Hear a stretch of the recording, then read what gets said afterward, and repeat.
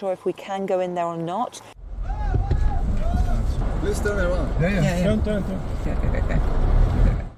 It's not just military preparation on the border. Ziv Hospital in Safad, along with other hospitals in the north, have been instructed by the government to be prepared to take in thousands of casualties. We've just arrived in another evacuated town called Shlomi. Again, empty homes, empty streets.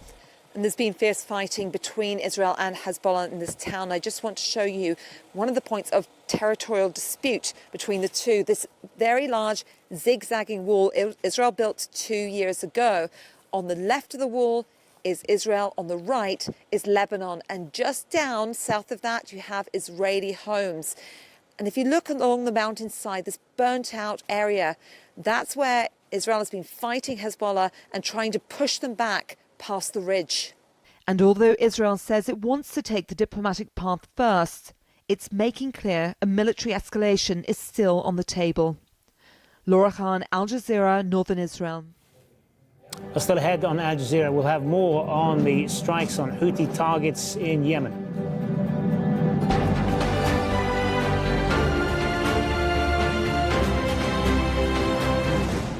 ¿Cuánto tiempo ha estado buscando esto?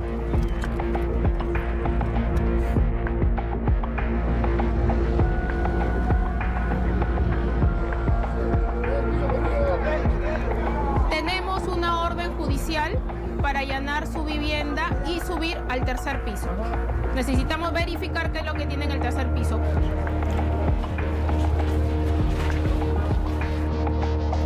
Lo que advertimos. Ya, esta área se queda resguardada. Esta área se queda resguardada por un efectivo. Esta área.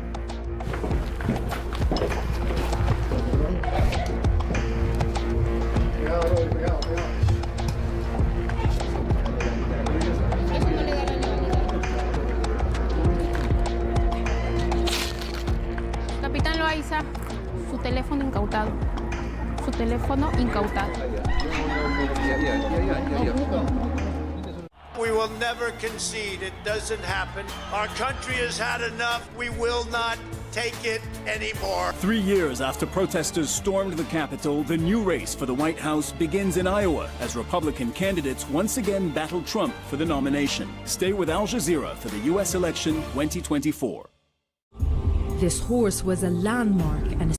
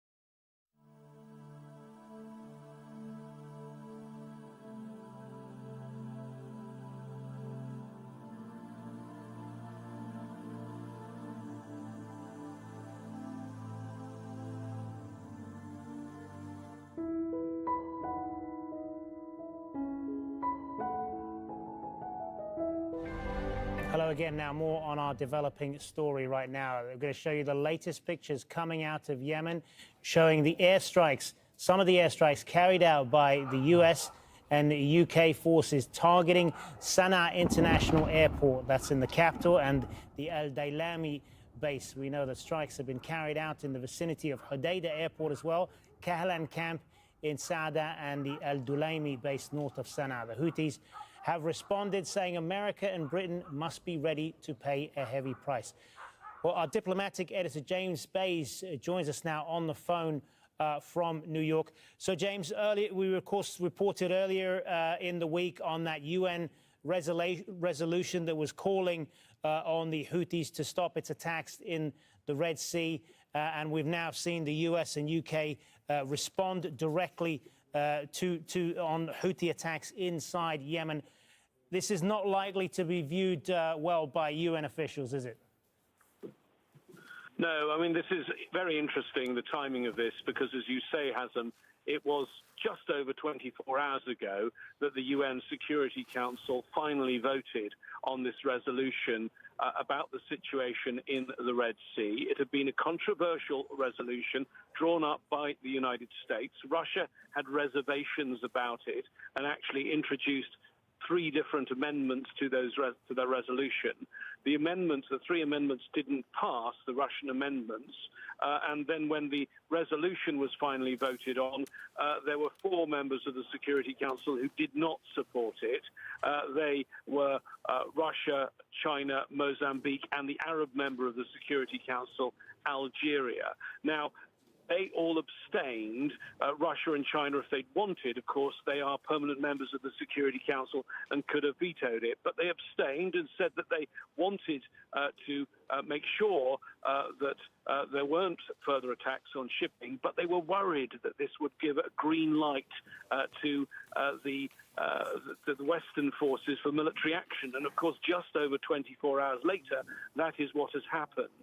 The UN itself, I think, the UN Secretary-General will be concerned about the situation because the UN Secretary-General and his special envoy, Hans Grunberg, have been working tirelessly in recent months to try and keep a very uneasy peace going in Yemen after the long war that took place there, the war that involved Saudi Arabia against the Houthis. And I think the UN will be very, very concerned now with this military action that perhaps that will mean that really uneasy, fragile peace will start to unravel. All right, James Bass, thanks very much for that view. Much more to come from the UN, no doubt. That is it for this news hour as we bring you the latest on those airstrikes on Yemen. Stay with us.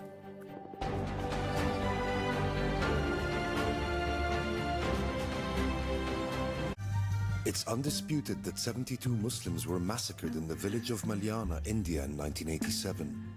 Witnesses say the perpetrators were a mob of locals alongside the state government's provincial armed constabulary personnel. Over 30 years later, a district court acquitted the accused. To date, no one has been held accountable. People in Power asks why the victims continue to be denied justice. India's forgotten massacre on Al Jazeera. Slaving under the hot sun, collecting a limitless energy source, Narongchai hoses down the solar panels on his roof. For decades, the island relied on diesel, shipped in at great expense. With grants from the Australian government, the island built itself a solar grid. Now they can capture and store all the energy they need. Thailand staked its future on fossil fuels, not renewables, with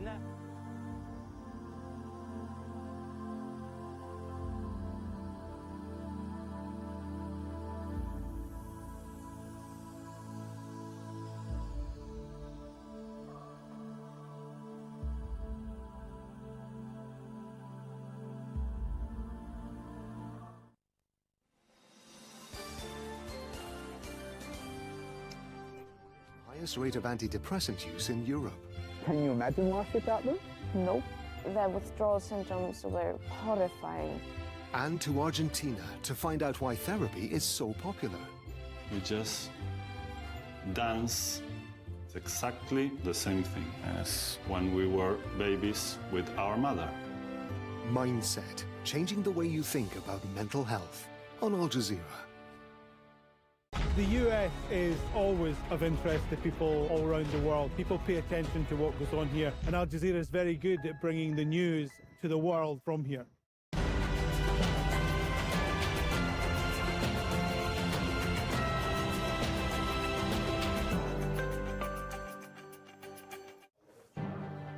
US and British forces carry out airstrikes on Houthi targets in Yemen following attacks by the rebels on ships in the Red Sea.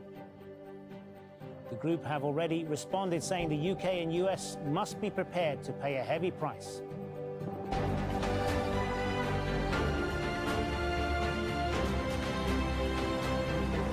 I'm Hazem Sika. This is Al Jazeera live from Doha. Also coming up. Every day there is mounting irreparable loss of life, property, dignity, and humanity for the Palestinian people. An unprecedented hearing gets underway at The Hague. South Africa accuses Israel of committing genocide against Palestinians in Gaza. Funerals are held in central Gaza for 4 Palestinian Red Crescent workers killed in an Israeli airstrike that hit their ambulance.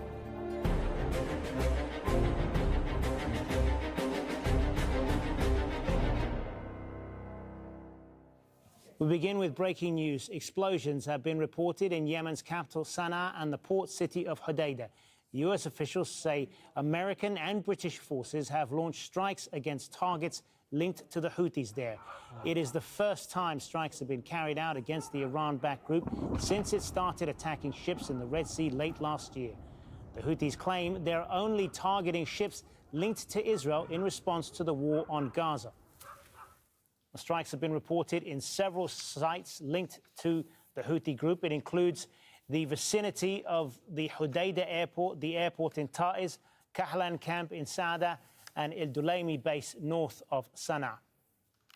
A senior Houthi official has issued a statement in response to those strikes, saying what our country is subjected to is aggression, and America and Britain must be ready to pay a heavy price. We've got correspondents covering this on both sides of the Atlantic. Willem Marks is in London tonight, Hamda Salhout in occupied East Jerusalem. But first, let's cross to Washington, D.C. and speak to Shihab Rattansi. So, Shihab, we've already heard some reaction from the U.S. government on this. U.S. President Joe Biden has already weighed in with a statement. He has. It's a relatively lengthy statement, but let me read you a portion of it. Today's defensive action follows this extensive diplomatic campaign and Houthi rebels escalating attacks against commercial vessels.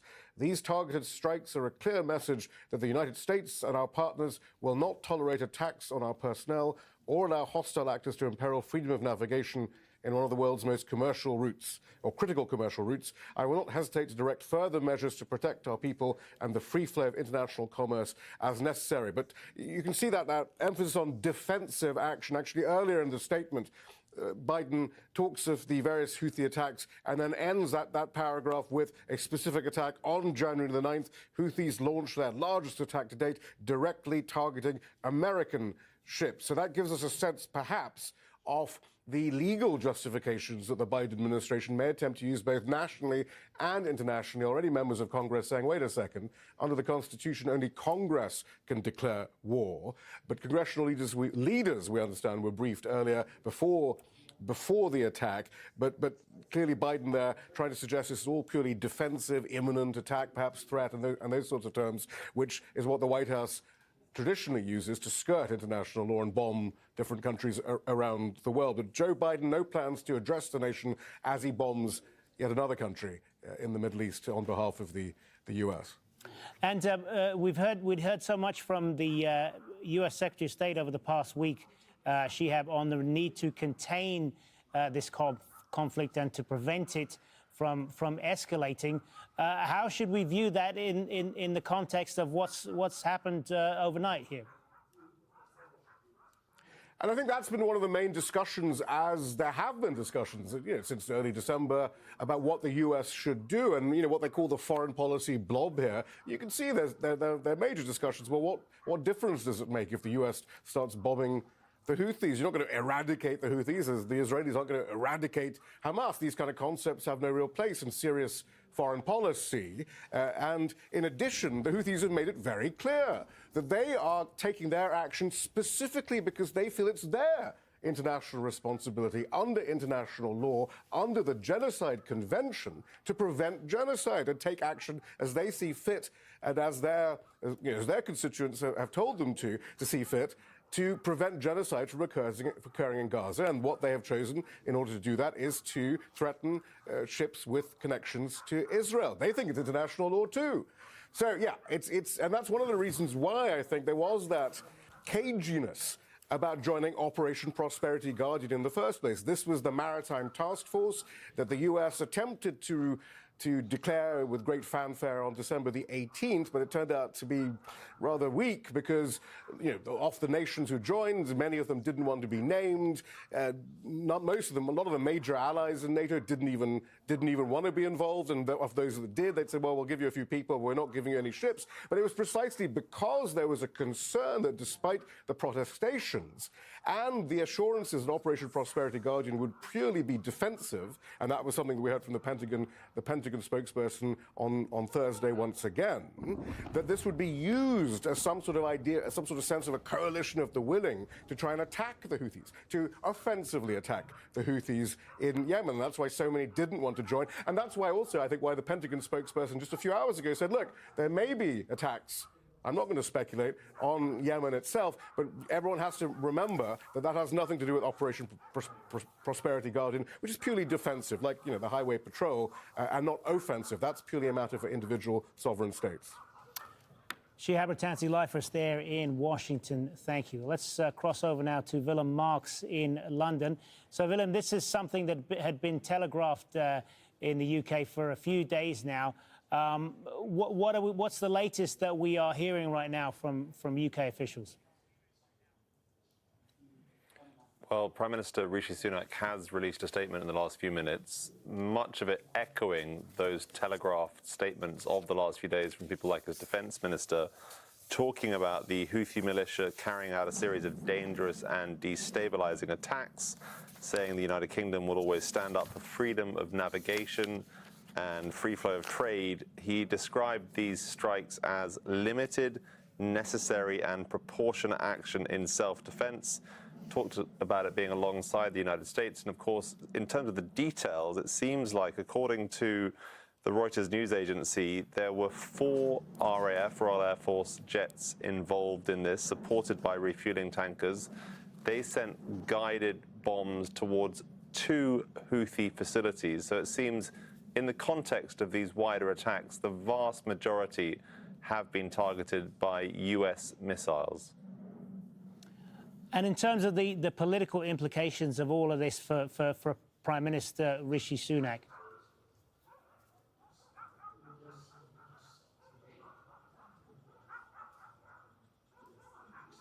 Sorry, Willem, can you hear me?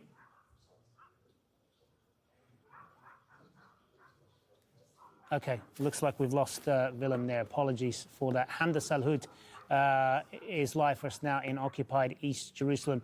So, Hando, how is Israel likely to be responding to this, given that these attacks by the British and American forces was in response to the Houthis targeting Israeli-linked ships in the Red Sea?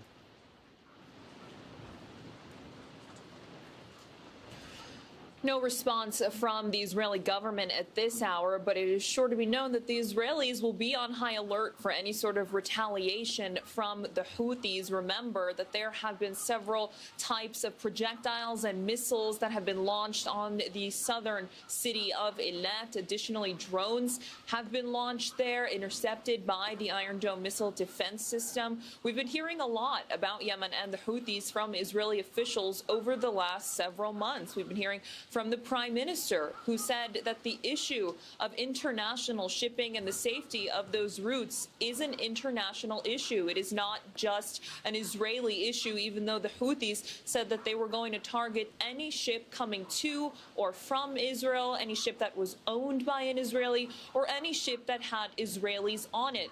Additionally, Israel's defense minister, Yoav Gallant, while speaking in December, he said that Israel was being attacked from many fronts, and there was only one that they had not responded to, and that was the Houthis, given the very sensitive situation that is going on there and given the implications that it would have for some sort of wider regional conflict. But you've also had the Israelis for not just months but years saying that Iranian-backed groups like the Houthis were a danger to Israel, and this time is no different. But also remember that the situations that have been going on in the Red Sea, the attacks on the ships, and remember the seizure or the hijacking of the ship, the Galaxy Leader, not too long ago, the Israelis have all kept this in mind and said that there will be some sort of response, but they didn't know how to conduct it just yet. So these types of strikes will surely be welcomed by the Israelis, and the Americans, the British, and the Israelis now are hoping that this will be a deterrent to the Houthis, but they themselves themselves have spoken out, saying that there will be a response, the responses will be swift, and they will be continuous. So even though these strikes have happened this evening, everyone will be on high alert about fears of a wider regional sort of escalation breaking out. But remember, the attacks on ships have not just impacted international shipping. They've also impacted several economies, like in Israel, in the port of Eilat, you have 85% less activity because of the fears of the ships getting targeted in the Red Sea. Additionally, international shipping routes, some companies have changed their routes overall. Instead of going from the Bab el-Mandeb Strait, that is essentially a shortcut from Europe to Asia, these ships are having to go all the way around Africa, essentially doubling the time of the journey. And remember, several years ago, the International Maritime Organization had deemed that there was no longer a threat in that area, but the previous threat was Somali pirates, and the situation has since changed. So the Israelis, again, not commenting at this hour because it is 3 a.m. local time, but you can be sure that in the morning, all of the defense officials will be saying that they are on high alert. They've been saying this for months, that on every single front that has been opened in this war, the Israelis are ready to protect themselves, and this time will be no different. And Hamda, you mentioned there the economic factor for Israel, and no doubt this is likely to affect many ordinary Israelis. So how is the Israeli public like to view the news of these attacks and the apparent escalation of this conflict in the region, given that there's so much support for the families of the captives being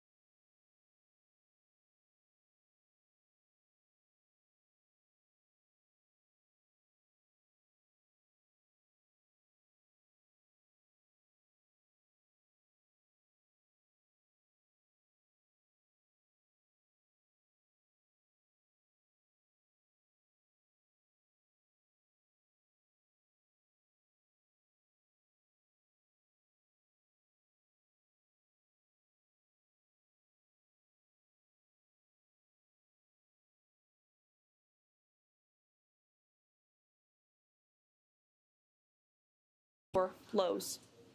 All right, for the moment, Hamda Salhout live for us there in occupied East Jerusalem. Well, let's take a closer look at the importance of the Red Sea and the shipping routes that rely on it for global trade. The Red Sea, one of the world's most important shipping routes for oil and gas between Asia and Europe. In the south, the Bab el-Mandeb Strait between Africa and the Arabian Peninsula connects the Red Sea with the Gulf of Aden. 12% of the world's trade goes through it, and 10% of global oil carried by ships also uses that route. The Houthis have been attacking ships in the region since November, prompting some companies to stop using the route. Rerouted vessels have to make a longer journey all the way down the east coast of Africa. So a ship traveling from Singapore to Rotterdam, a journey that would typically take around 26 days, would take 36 days, using more fuel and increasing costs. Well, Lawrence Korb is a retired U.S. Navy captain and former Assistant Secretary of Defense. He is also Senior Fellow at the Center for American Progress and joins us now from Washington, D.C.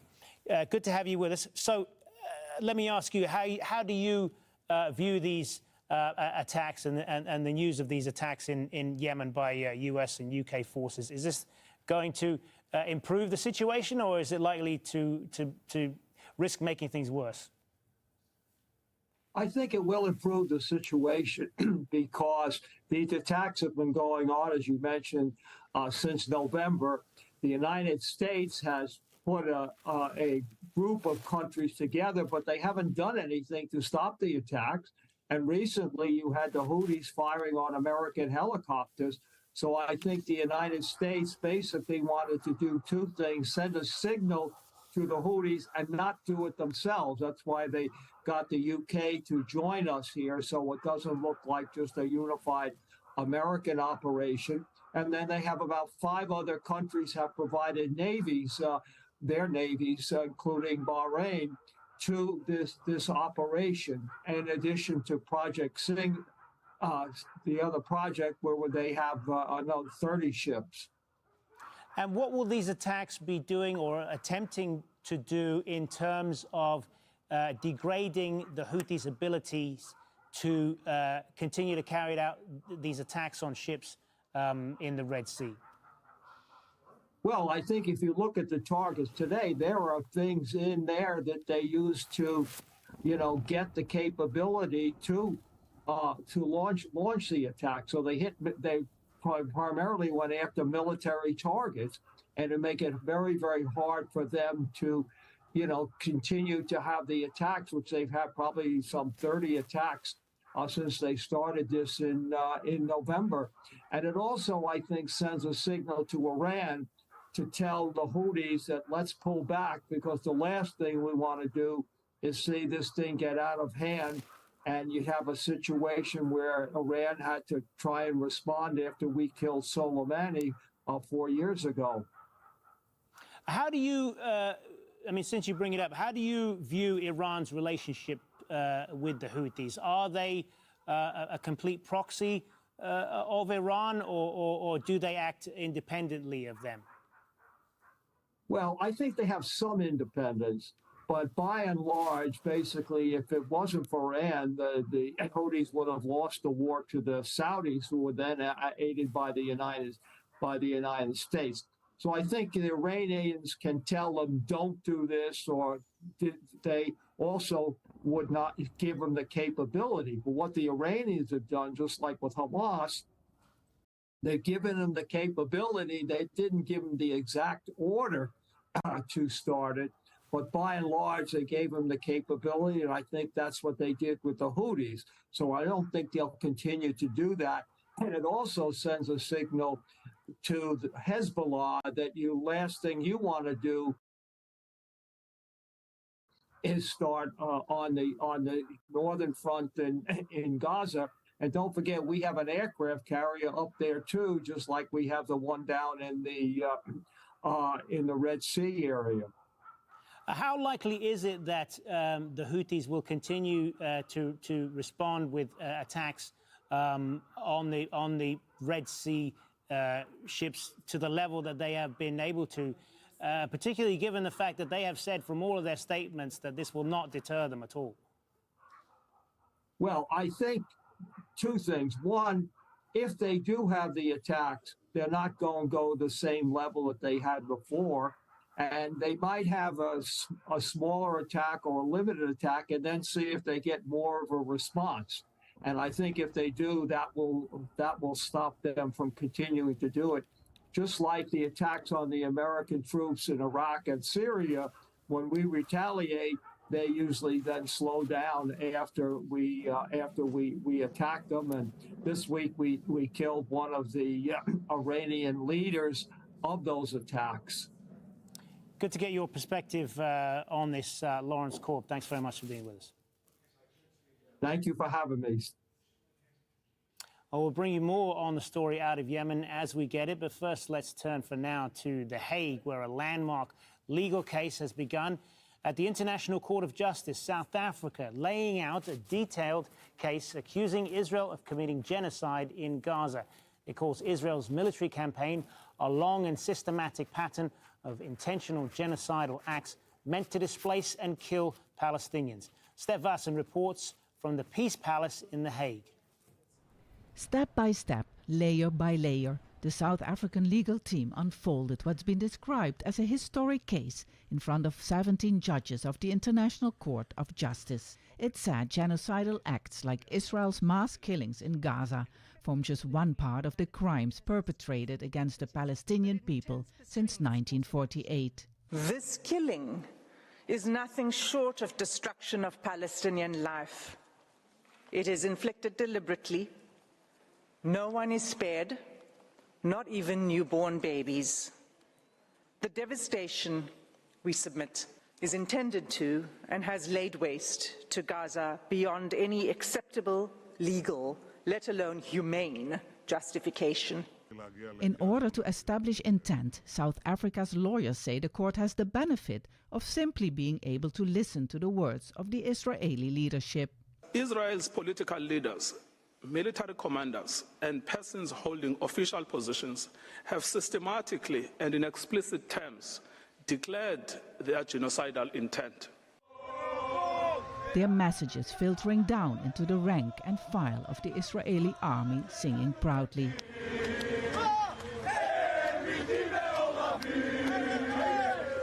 What state would admit to a genocidal intent? Yet, the distinctive feature of this case has not been the silence as such, but the reiteration and repetition of genocidal speech throughout every sphere of state in Israel. South Africa's lawyers have asked the court for an urgent injunction, saying in their words the world is watching in horror at how genocide in Gaza is unfolding as we speak. Nothing can ever justify genocide. No matter what some individuals within the group of Palestinians in Gaza may have done, and no matter how great the threat to Israeli citizens might be, genocidal attacks on the whole of Gaza and the whole of its population with the intent of destroying them cannot be justified.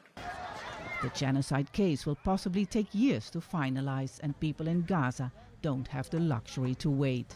An unprecedented case here at the Peace Palace in The Hague. Never before has a state laid out such a detailed, extensive and gruesome genocide case in front of the International Court of Justice. South Africa has made a compelling argument that the world's highest court should order Israel to stop its military campaign in Gaza as soon as possible. Urgent injunctions by the International Court of Justice are binding, but the world's highest court has no power to enforce them. It will establish something very important that third state countries cannot escape. This is the crime of all crimes, genocide. And once the court establishes that this is being committed in Gaza, at least Western states will find it very hard to escape the responsibilities. On Friday, Israel will respond to the genocide accusations. Its supporters are already gearing up at the Peace Palace to back up its defense. Step Fasten, Al Jazeera, The Hague. I'll bring you back to our top story now. The US and UK airstrikes carried out on Houthi targets in Yemen tonight, coming after months of attacks on ships in the Red Sea that the group says are linked to Israel in response to Israel's war on Gaza. Let's just take a closer look at Yemen's Houthi rebels. They began in the 1990s as a moderate theological movement of the Zaydis, a Shia minority group, but later became a resistance group involved in several armed conflicts with the Yemeni government. Since the Arab Spring of 2011, their influence has continued to grow as an anti-government force with the aim of toppling Yemen's former president Ali Abdullah Saleh. In 2015, Houthi fighters seized Yemen's capital, Sana'a. It triggered more than 9 years of war between the Saudi-led coalition, which backs the internationally recognized government, and the Houthis supported by Iran. On October the 31st, the Houthis entered the war in Gaza, firing drones and missiles at Israel. The Houthis said they would target all ships heading towards Israel. Major shipping companies are avoiding the route as a result. Joining us on the phone now from Sana'a, Yemen, is Hussein al-Bukhaiti, a pro-Houthi journalist and political commentator. Thanks very much for being with us. So tell us, first of all, what's happening there and the reaction inside Yemen to these attacks. There have been dozens of attacks they have conducted against Yemen on Sana'a airport, in the Daylami air base, and as well an army base in Taiz and Taiz airport, and as well Hajja airport, and as well Kahlan army base in Saada, North Yemen, and as well around Hodeidah airport and the Bid area in Hodeidah province.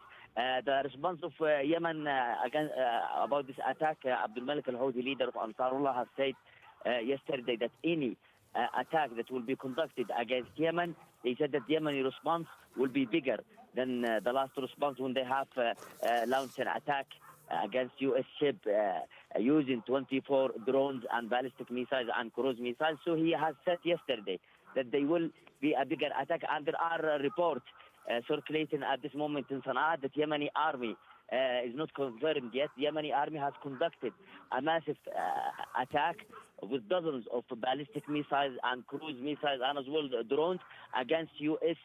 and UK battleship in the Red Sea and as well in the Gulf of Aden and the Arabian Sea. We've also heard from one Houthi official, it's been reported, warning the US and the UK would pay a heavy price for this. What does that mean to you?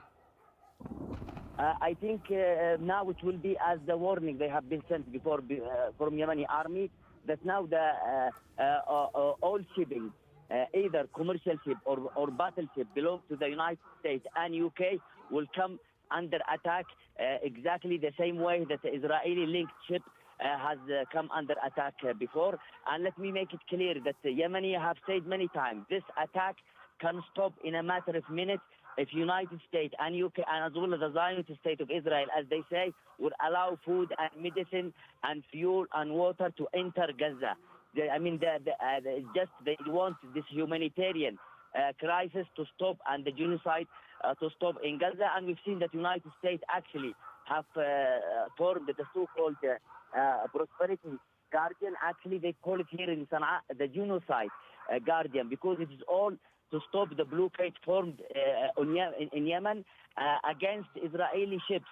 Houthi leader said yesterday that all international shipping is safe in the Red Sea except those linked to Israel or those ships that are actually going to any port in occupied Palestine. But as well, he sent a clear warning, and I'm sure at this moment that UK commercial ship and United States as well commercial ship, they should now take a new way not to use the Red Sea, because I'm sure they will come under attack, because now it's kind, as they say here in Sana'a, we are now at war against UK and against United States.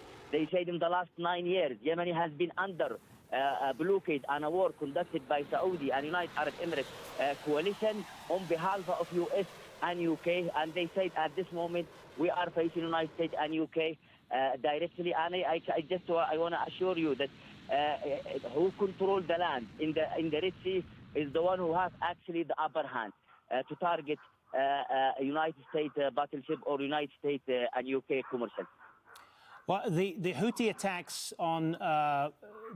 attacks have affected shipping not just for Israel and the United States and the UK. It's had a huge international impact by forcing many shipping companies to avoid the Red Sea completely and take a longer route to make their deliveries. And the United States and the United Kingdom have said that this is the reason why they have launched these attacks, after repeated warnings to the Houthis to stop the attacks in the Red Sea. What do you say to that? No, I mean, look, the only ship that came under attack is the Israeli-linked ship. And we know the only economical impact, we can see it clearly on Israel. Almost the Eilat port is out of any ship. There is no more ship goes there, and it's affecting the economy of Israel. And sometimes some of the ships that were target targeted. They are linked to Israel or heading to Israeli port. But as well, sometimes some of the ships, because they close their GPS location system, they do respond to Yemeni army. And Abdul Malik Houthi have said yesterday that only Israeli linked ship. But to be honest with you, because the economical impact was huge on Israel economy, that's why United States actually has formed this coalition just to stop this blockade against Israel. But any other ship, they can use the Red Sea safely without any attack on them.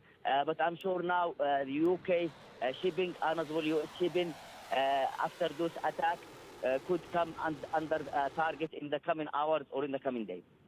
Another accusation that has been made against the Houthis is that a lot of this is coming from Iran, and that the Houthis are essentially acting as an Iranian proxy and taking their orders from Tehran. How do you respond to that?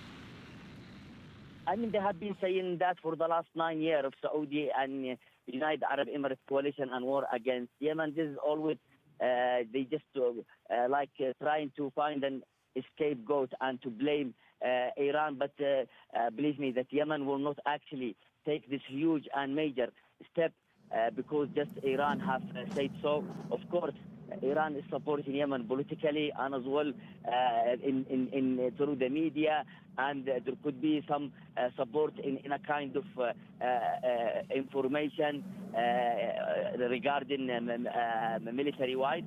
But for Iran to direct Yemen to launch attack against Israel or to do so, no, this is actually a decision that's taken by Yemenis, and we have expected that this day it will come, because as they say, we have been fighting the tools of the United States in our region, like Saudi and United Arab Emirates, and now they are facing the United States face to face.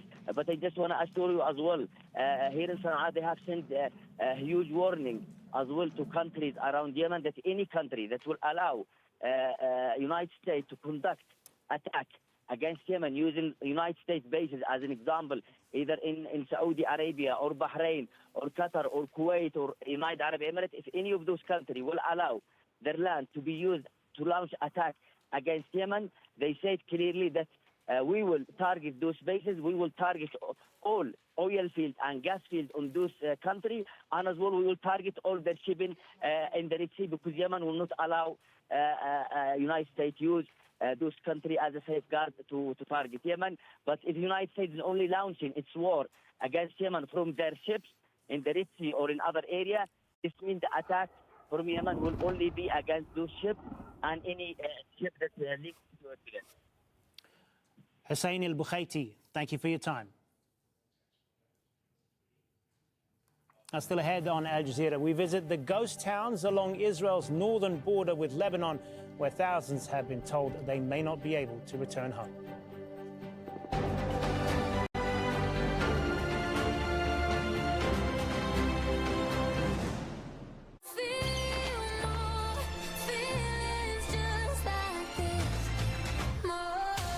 The weather, brought to you by Visit Qatar.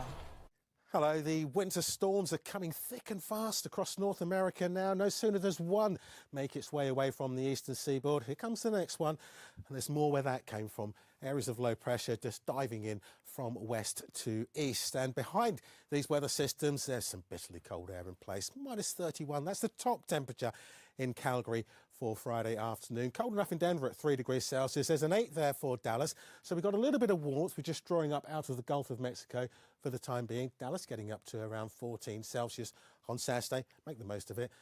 Come Sunday, we look at 3 degrees. So the cold air does start to win out, and our theme of wintry weather getting back in the mix then.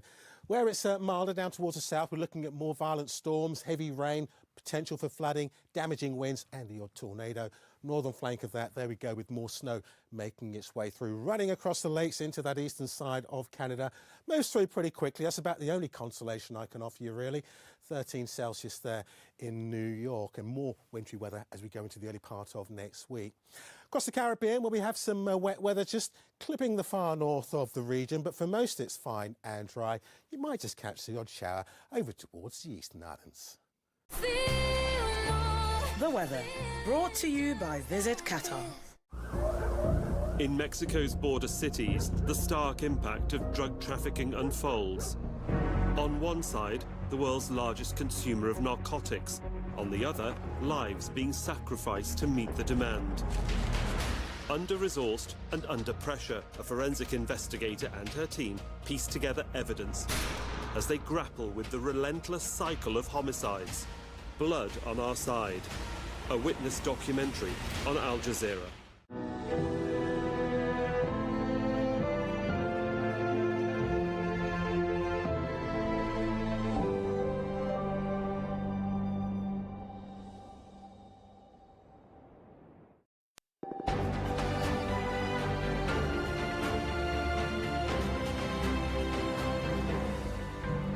Hello again, you're watching Al Jazeera. A reminder of our top story this hour. Explosions have been reported in Yemen's capital Sana'a and the port city of Hodeidah. US officials say American and British forces have launched strikes against targets linked to the Houthis there. The Houthis have been targeting ships linked to Israel in the area since November in response to the war on Gaza. Al Jazeera's Mohammed El-Atab joins us live now from the Yemeni capital Sana'a. So, Mohammed, just bring us up to date on what you have been seeing and hearing there. Yes, during this operation that was carried out by the United States and Britain, the Dailami base north of Sana'a, also the perimeter of Hodeidah airport, areas in Saada, especially the Kahlan district, which is a Kahlan air base or military base east of Saada, and also the brigade of the 22nd Cabinet Ta'ziya in Taiz. All of those were targeted during this operation. This attack has prompted the Sana'a forces to launch an attack, according to some sources, on American warships. But so far we couldn't verify such reports because we don't have official reports from the Houthis spokesperson. The Houthi Ansarullah also, Deputy Foreign Minister Hussein Al-Azzi, confirmed that Yemen was subjected to an aggression, according to what he said in a declaration, and also he threatened and warned that the attackers or the aggressors will pay the price of what they have done to Sana'a. Also, it seems that the targeting and also the operation has been carried out by the Houthis on January 9th. This operation has also triggered this attack by Britain and the United States of America. The Houthis claim that this January 9th has claimed that this attack has damaged or has caused a damage to the American warship. And also during the speech that was delivered today by the group's leader, Abdulmalik al-Houthi, he seemed that he was satisfied with this January 9th attack, and he said that he warned that any other attack that could be carried out by America or Britain would face or meet numerous attacks and also stronger attack or reaction by the Houthis. Now the Abdulmalik al-Houthi said that they were satisfied and also with the 24 drones attacks. Also, therefore, this created now an action, and because that they were satisfied with the January 9th attack, now they are now trying to wage another attack against the U.S. and British warships in the Red Sea. Now we are now in another scenario. This reaction could cause another action by the Houthis, who are threatening to strike what they describe the aggressors, also especially the aggressor countries, as well as those who allowed their airspace to be used during this attack. Some suggested that targeting American and British bases in the region. and even they would go further to even close the navigation of the Red Sea and Arabian Sea. We are now facing an open scenario where the Houthis say they do not want this kind of escalation, but they are now forced to, and they are now also determined to continue preventing ships going to Israeli ports in support of the Gaza residents. They say, sorry, instead of meeting this kind of escalation, the U.S. and Britain should have de-escalated their action, and also would prevent Israel from committing what they described its massacres in Gaza, and also would allow the entry of food and medicine to the people of Gaza, and instead of creating such escalation in the Red Sea that would cause larger conflicts in the region. And how is the ongoing Houthi attacks in the Red Sea being viewed inside Yemen, and how are people there likely to view these attacks in response from the US and the UK? Yes, according to the attack that was carried out on the January 9th, many people support and encourage Houthis to continue their attacks against the US and British warships, especially following the attack that targeted the Houthis Marines, and also led to the killing of at least 10 Marines. This attack has caused wide anger among Yemenis, and also the Yemenis also continue to take out to the streets to call on the Houthis to continue their operations in the Red Sea in order to put more pressure on Israel to end its war there, and also to allow the entry of food and other necessities for the people there. So now we are witnessing this kind of escalation that both parties are determined and adamant to continue their operation. We are witnessing that the US and Britain has sent a message. They say that they sent a message to the Houthis that they just want to teach them a lesson by these attacks, which has risen to at least 12 attacks against what they said that the Houthis' military capabilities of launching missiles and other radar systems. But so far, we are witnessing another determination by Houthis to continue their operations in the Red Sea.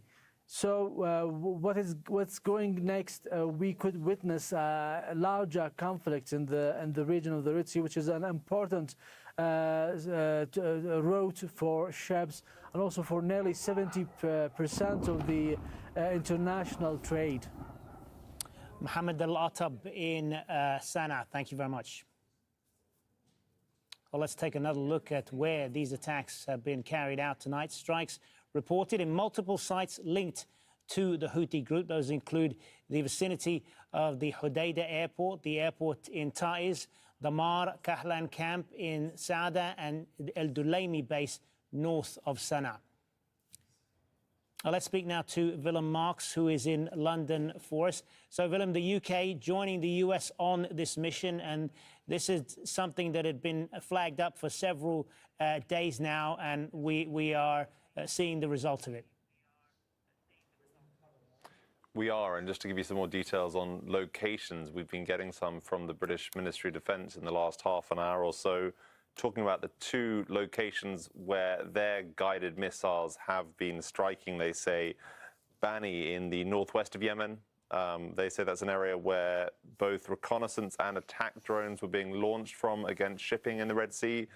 And then not too far from there, the airfield at Abs, where they say the aircraft they sent, there's a Typhoon jets, were targeting the location there. Intelligence, they say, indicating it had been used to launch both cruise missiles and drones over the Red Sea. In terms of the assessment of damage, they say that's ongoing at the moment. They don't have a huge amount of details. Indications, though, are they say that the Houthis' ability to threaten merchant shipping has taken a blow. Clearly, In the context of the overall strikes over the course of the last few hours, the US has taken the lion's share of those, been responsible using Tomahawk missiles and some of their fighter jets. But the fact that 4 Typhoon jets taking off from the island of Cyprus in the Mediterranean, flying south with a refueling tanker in the air with them, an indication the UK felt responsible for participating in this effort once they were asked by the US to do so.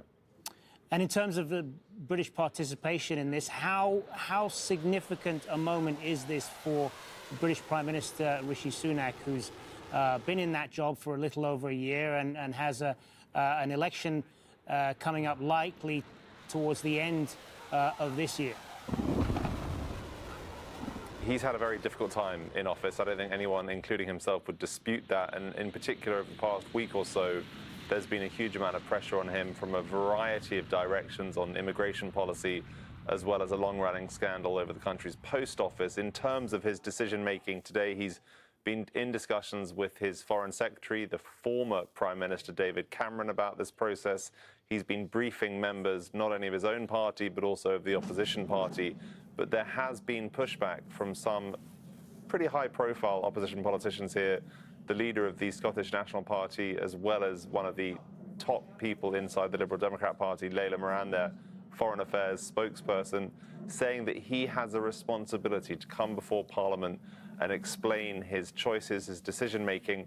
Parliament not likely to be hearing that tomorrow, Friday. We'll be waiting till Monday until Prime Minister Rishi Sunak is likely to be answering questions from lawmakers about this decision to launch strikes inside Yemen in a way we really haven't seen the UK do before. All right, Willem-Marx live for us there in London. Thank you.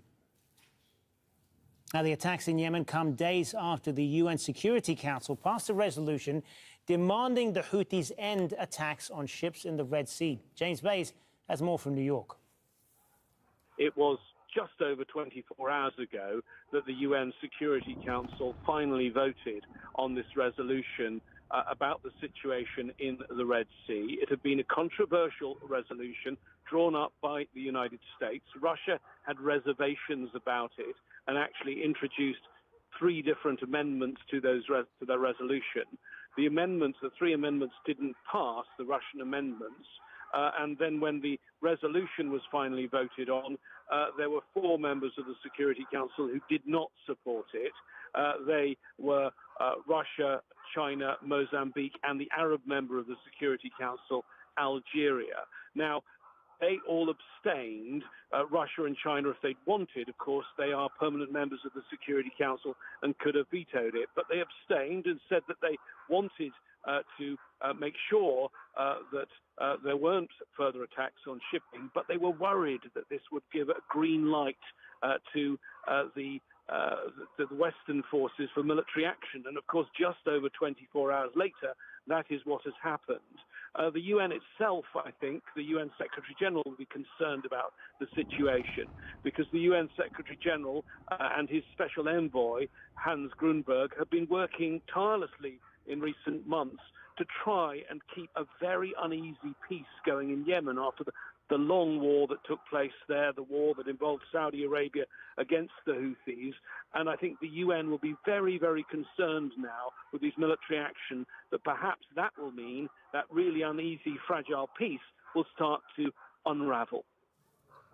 Well, coming back to our other top story now, the landmark case at The Hague that has seen South Africa accuse Israel of genocide in Gaza.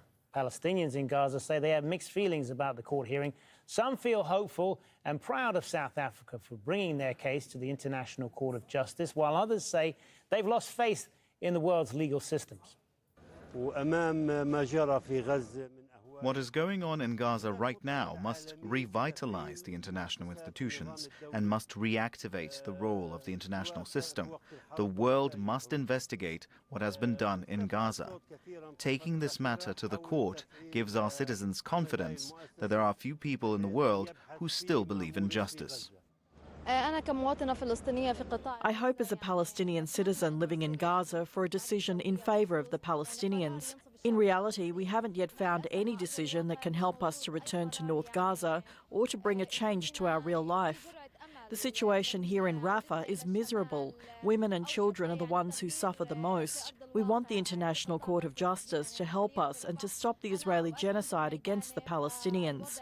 The war must come to an end. We need to go back to our house and live in freedom and peace. I don't trust this court and I don't trust the outcome. Israel knows everything about the outcome and the result even before the court session is held. Israel is committing genocide in Gaza and Israel knows the result in advance. We are the defenseless Palestinians, standing alone without any support from Arabs, the Jews and the world. The whole of Gaza is tired and the people are exhausted. I don't trust the international politics. The only free, honest country in the world is South Africa. I hope other countries, and the Arab countries in particular, will follow in the footsteps of South Africa. Atari Abozoum is in Rafah. He explains how Palestinians are reacting to the proceedings at the International Court of Justice. People inside Gaza today were completely following what is happening on the International Court of Justice regarding the hearings today, as they have accused Israel for breaching the principles of the United Nations Genocide Convention, and also as the South Africa had demanded the International Court of Justice to order Israel to halt all kinds of military acts on the ground and to stop its military campaign across Gaza Strip. Palestinians, in fact, appreciate this step made by South Africans, as they are showing how much solidarity have been made by South Africans toward Palestinians generally, and what South Africa today had presented in the International Court of Justice completely matches the realities on the ground, as villages, towns, refugee camps have been completely destroyed by the Israeli ongoing military campaign on Gaza Strip. But what Palestinians in a very desperate need is a resolution could be completely bring an end for the fighting on the ground, and also a resolution that might bring an end for the fighting and end all the suffering that they have been going through. But meanwhile, we can say that a wide range of Palestinians really lost their trust in terms of the international community, but they are doing their best within this ongoing horrific wars just to continue to survive amid their affordability of food and basic supplies, as they also care for the international efforts made, but they want all the efforts made by international community to be translated practically on the ground. Thus, they can feel that there's a kind of elevation for the humanitarian crisis and also for the humanitarian loss that they have been enduring since October the 7th. A funeral has been held in central Gaza for members of the Red Crescent killed in an airstrike on Wednesday. The group says an Israeli airstrike hit their ambulance while transporting injured people in Deir al-Balah. 4 Red Crescent medical workers and the 2 wounded people were killed. The Israeli army has not commented on the incident. It's been nearly 100 days of Israel's war on Gaza. More than 23,400 Palestinians have been killed. Over double that have been injured, and the dead include a shocking number of children, which has been highlighted in a new report from Save the Children. Since October 7th, more than 10,000 children have been killed by Israeli airstrikes and ground operations. That's 1% of Gaza's total population. That's according to the Ministry of Health in Gaza. Thousands more are missing. They're thought to be presumed buried under the rubble of buildings destroyed by Israeli bombardment. Save the Children says those who survived attacks have suffered life-changing injuries, including burns, disease, inadequate medical care, and the loss of their parents. 1,000 children in Gaza have lost one or both of their legs. The organization is calling for an immediate ceasefire. Jason Lee is Save the Children's country director for the occupied Palestinian territory. He says a ceasefire is the only way to protect children in Gaza. The numbers are not just staggering in the scale and scope, but the actual impact. And these are not just numbers. Every single one of them is a child. A child that has lost their lives, a child that has suffered, again, incredible physical injuries, but also the mental, the longer-term psychological and mental health consequences for children that are consistently surrounded by violence, that have experienced such loss and have had their homes, their families, their communities around them destroyed. It is imperative that there is the immediate and definitive ceasefire. This is the only way that protects civilians, that protects children, and that protects some semblance of a hope that they can rebuild their futures. we've got a situation now where more than 60% of residential buildings have been damaged or destroyed. More than 60% of schools, educational facilities have been destroyed or damaged. So the children that survive miraculously will have the physical injuries, will have the long-term mental and psychosocial needs, but also will need significant investments in rebuilding their lives. Many do not have homes to return to. Many do not have schools to return to. Many do not have communities to return to. Again, the ceasefire is just the first step, but it is a critical step to ensuring that we do protect the futures of children. Well, let's bring you some of the day's other news now. In the US, former President Donald Trump has appeared in court to hear closing arguments in his fraud trial. The judge has already determined Trump fraudulently inflated his assets in order to secure loans. The trial will now determine the penalties. Trump's team says the case is politically motivated. Kristen Salumi has more from outside the courthouse in New York. Former President Donald Trump addressed the court during the closing argument phase of his civil fraud trial, accusing the New York State Attorney General, who took this case against him, of doing so for publicity, calling the trial a political witch hunt. The former president is accused of grossly overinflating his assets and representations to banks and insurance companies. The Attorney General's team in this case says that fraud was central to the operation of the Trump organization. They are looking for $370 million in damages as a result of these charges. The judge in the case, who's had a very contentious relationship with the former president throughout the trial, already ruled in a summary judgment that he was liable for fraud. Now he must decide how much he has to pay. Again, the Attorney General's office is looking for up to $370 million in damages. He could also lose his license to do business in the state of New York, where his empire has been based. The decision, the ruling from the judge, is expected to come in the coming weeks. That is it from me, Hazem Sika. I'll be back in a couple of minutes with more news. The strikes on the Houthi targets in Yemen will be live in London, Washington, and occupied East Jerusalem. Stay with us.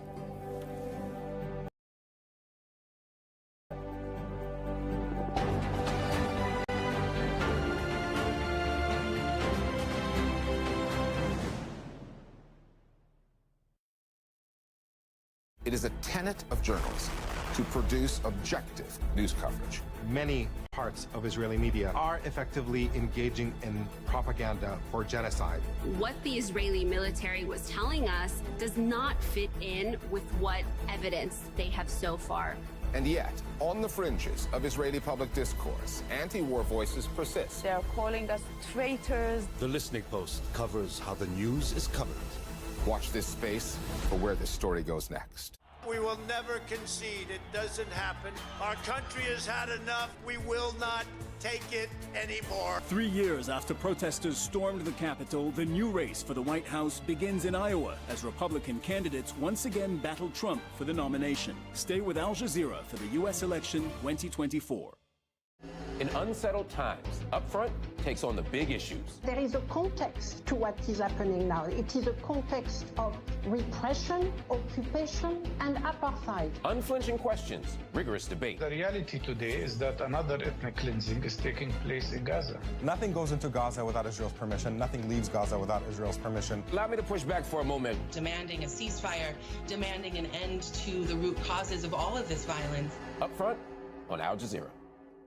The US is always of interest to people all around the world. People pay attention to what goes on here, and Al Jazeera is very good at bringing the news to the world from here.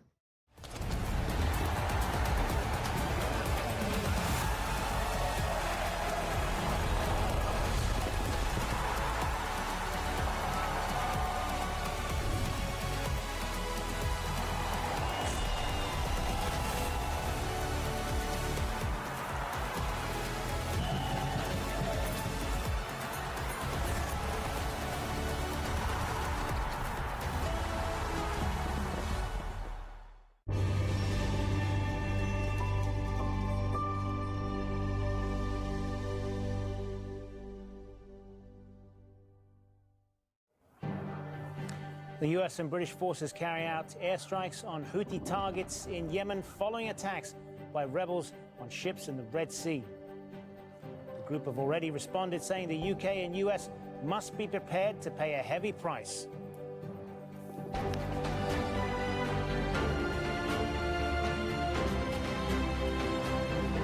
I'm Hazem Sika. This is Al Jazeera live from Doha. Also coming up. Every day, there is mounting irreparable loss of life, property, dignity, and humanity for the Palestinian people. An unprecedented hearing gets underway at The Hague, South Africa, accusing Israel of committing genocide against Palestinians in Gaza.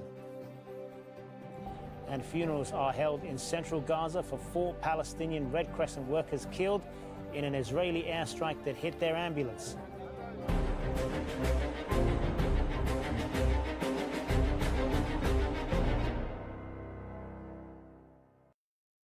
We begin with the breaking news that explosions have been reported in multiple sites across Yemen, including the capital Sana'a and the port city of Hodeidah. U.S. officials say American and British forces have launched strikes against targets linked to the Houthis there. It is the first time strikes have been carried out against the Iran-backed group since it started attacking ships in the Red Sea late last year. The Houthis claim they're only targeting ships linked to Israel in response to the war on Gaza. Let's take a look at where those attacks have been carried out. Strikes reported in a number of sites linked to the Houthi group. They include the vicinity of the Hodeidah airport, the airport in Taiz, Damar Kahlan camp in Sada, and Idulaimi base north of Sana'a. A senior Houthi official has issued a statement in response to those strikes, saying, "What our country is subjected to is aggression, and America and Britain must be ready to pay a heavy price." We've got correspondents covering this on both sides of the Atlantic. Willem Marks is in London tonight, but first let's cross to Washington, D.C. and speak to Shihab Ratansi. Shihab, what have we been hearing from there? Well, we had a presidential statement, a written statement. Interestingly, the actual press pool was told to go home just before the attacks occurred, and President Biden wasn't to make any televised address as the U.S. bombs yet another Middle East country with no explicit congressional approval. And there are already some voices in Congress saying, wait a second, that's not constitutional. Clearly, there are other voices in Congress who are saying, you know, about time and let's go for Iran now. But more on that later, perhaps. But this is the Biden statement, or a portion of the Biden statement. Today's defensive action follows extensive diplomatic campaign and Houthi rebels escalating attacks against commercial vessels. These targeted strikes are a clear message that the United States and our partners will not tolerate attacks on our personnel or allow hostile actors to imperil freedom of navigation in one of the world's most critical commercial routes. I will not hesitate to direct further measures to protect our people and the free flow of international commerce as necessary. We just had a briefing from a senior administration official and a senior defense official who attempted to give us some more detail. As you can expect, they said, look, the goal was to degrade the Houthis' capabilities of attacking maritime activity in the Red Sea and the Gulf of Aden, specifically targeting the Houthis' missile, drone, radar capabilities. But there's no wish to escalate, the U.S. officials said.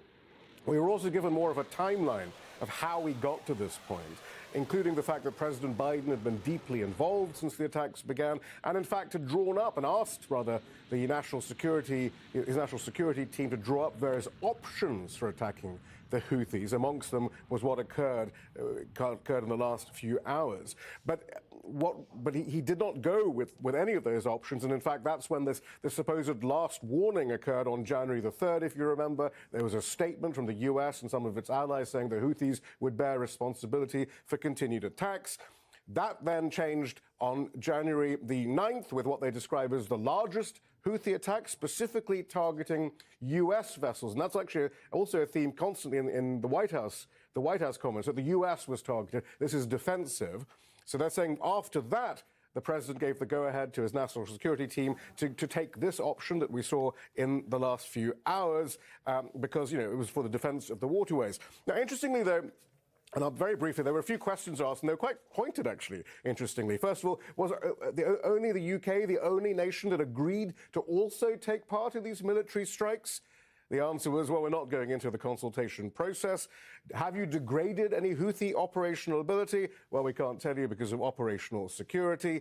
And then this key question is, well, how do you know it was the U.S. vessels that were being targeted specifically in what you're beginning to suggest was this casus belli that finally pushed President Biden over the edge? And the answer was simply, well, the naval and commercial vessels from the U.S. were operating in roughly the same area as the attacks, but the naval vessels were more than able to determine if being targeted. So that's their casus belli for the latest bombardment of Yemen from the U.S. All right, Shihab, thank you. Shihab Batansi live for us there in Washington. Let's cross to Willem Marks in London. So, Willem, this has been telegraphed for several days that the UK would be involved in joining the US in this military strike. What have we heard from British officials since then? Well, over the last hour or so from the British Ministry of Defence, we've had some details about the operation itself. We had 4 Typhoon jets operated by the Royal Air Force taking off from the island of Cyprus in the eastern Mediterranean, flying south down towards the northwest of Yemen. Both northwest of Sana'a were the 2 sites that were targeted, one in the town of Bani, where the UK say that reconnaissance and attack drones were being launched from, another in an airfield in the town of Abs, where they say that cruise missiles and drones were being launched from. They said those were the 2 targets they focused on, leaving the Americans presumably to focus on all the others we've been hearing about.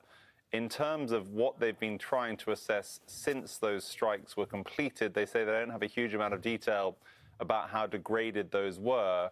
But in terms of officialdom inside Downing Street, we've had a statement from Rishi Sunak as well, separately. I want to just bring you some of the details from that.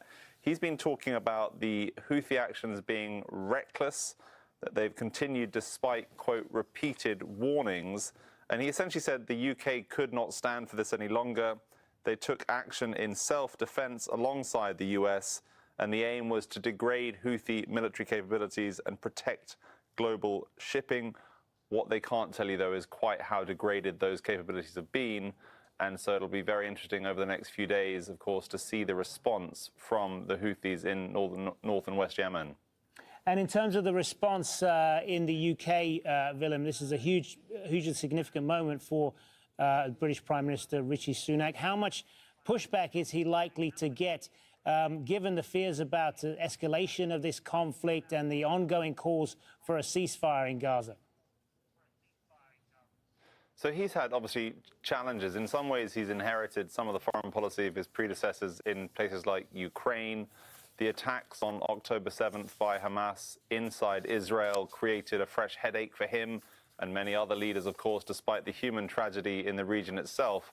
In terms of the position the UK needed to take, and so far, for the most part, they've hewn very closely to the US position in terms of support for Israel. We've had some comments from David Cameron, the foreign minister, over the last couple of days, suggesting that maybe Israel might be in breach of international law. But in terms of the domestic political situation for Sunak, this, of course, has been a highly contentious issue, the support for Israel. Many people in Britain very concerned about the activity of the Israeli military inside Gaza. And just over the last few hours, as this attack became clear as something that would be taking place, and subsequent to it beginning, we've heard from members of Parliament in the opposition parties. They would like for Parliament itself to have been consulted ahead of these attacks, and they're demanding answers from the Prime Minister as to why he's taken this decision to launch these attacks alongside the US, given all of the risks, of course, about a wider conflagration in the region and specifically in Yemen itself, of course. Willem, thank you. Willem Marks in London. Well, let's take a closer look at the importance of the Red Sea and the shipping routes that rely on it for global trade. The Red Sea is one of the world's most important shipping routes for oil and gas between Asia and Europe. In the south, the Bab el-Mandeb Strait between Africa and the Arabian Peninsula connects the Red Sea with the Gulf of Aden. 12% of the world's trade goes through it, and 10% of global oil carried by ships also uses that route. The Houthis have been attacking ships in the region since November, prompting some companies to stop using the route. Rerouted vessels have to make a longer journey all the way down the east coast of Africa, so a ship travelling from Singapore to Rotterdam A journey that would typically take around 26 days would take 36 days, using more fuel and increasing costs. Well, Jamal Ben Omar is a former